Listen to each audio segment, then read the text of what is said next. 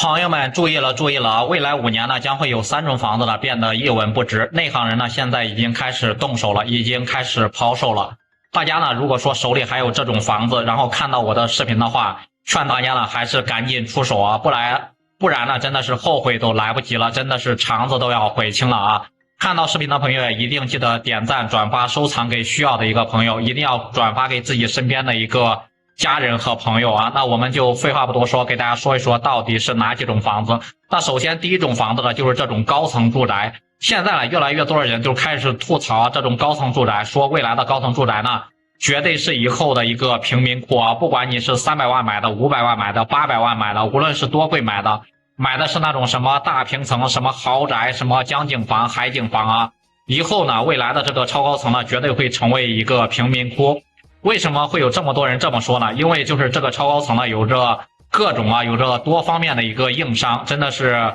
不住的人完全是不知道的啊！真的，我有一个朋友就是买了武汉这边60多层的一个超高层住宅嘛，现在每天都是烦恼不断，真的是愁的头发都愁白了，卖也卖不出去啊！首先就是他跟我说呢，像他这种超高层住宅，这个等电梯的时间真的是特别的长，真的有时候呢，等这个电梯呢，能够等到人崩溃，每天呢上班都是迟到的。那第二点就是这个超高层住宅啊，它的维修难度特别的大啊！你看现在整个的消防云梯，它是不是只能够够到100多米？你万一发生火灾，万一停电，包括10年、20年之后，整个超高层住宅的一个外墙呢，都会出现那种破损破裂，到时候谁去维修，谁又敢维修呢？对不对？所以说呢，真的是住在这个超高层住宅里面呢，未来会有很多的一个担忧和忧虑。那第二类房产啊，就是那种小产权房，也就是大家所说的什么各种公寓啊。因为现在有很多的人呢，可能在城市里面，特别是那些女性啊，单身的一个女性，特别是大龄剩女，她在城市里面呢，可能买个商品房，就是那种70年产权的，要付首付，包括后面的整个的还贷压力是特别的大的。所以说就干脆呢，高不成低不就，就选一个公寓吧。因为公寓呢，整体的这个面积呢可能会小一点，然后呢自己的一个首付包括自己的一个支出呢没有那么大，先买一个公寓，然后呢凑合着自己先住着看看行不行。如果说以后有机会了再去置换，然后呢就是选择这个小产权房之后呢，以后呢会变得越来越难卖啊，因为小产权房大家都知道只有40年的一个产权嘛。再加上呢，它的水电都是商水商电，以后自己的就是生活成本，包括支出的一个成本呢，会非常的高。水电费呢，真的是非常的夸张啊！特别是夏天开空调，一个月呢没有几千块钱的一个电费呢，根本就是打不住的，真的是要人命啊！以后呢，你想去卖这个房子，想去变现，想出手再去换新的一个房子，再去置换，基本上没有什么可能性啊，因为基本上没有人愿意接手嘛。因为现在呢，就是开发商已经开出了很多新的一个公寓，你想一想。新开发的公寓呢，它都卖不出去，它都不好卖，你就更别说这种二手公寓了。二手公寓呢，在整个的贷款市场上面呢，在银行贷款上面呢，也有一个很大的一个困难，就是障碍重重啊。所以说呢，大家如果说想买房子的话，很多人呢千万不要去考虑这种小产权房，想卖那真的是卖不掉，甩都甩不掉啊，真的是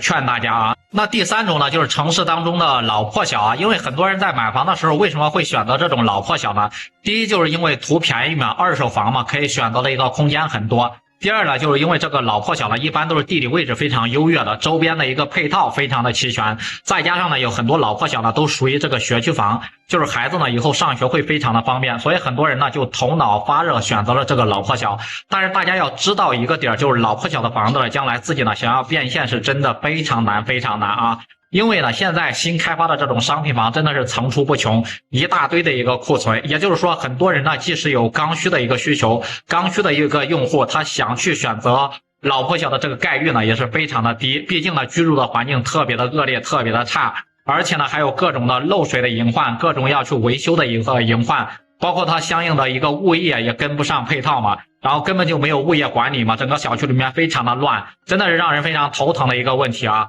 再加上呢，现在银行呢对这个放贷、对房龄也是有要求的。你现在房龄在10年、20年往上的，银行呢根本就不会给你放贷，不给你放贷，那下一个接手的或者是想接盘的，有可能有买房需求的，人家呢就根本就没有办法买你的一个房子，你又怎么能套现呢？你又怎么能够卖得出去呢？所以说呢，咱们刚才说的这3种类型的一个房子，未来很有可能会变得一文不值。不知道大家对此都怎么看呢？大家觉得我说的有没有道理？也欢迎在评论区里面留言讨论。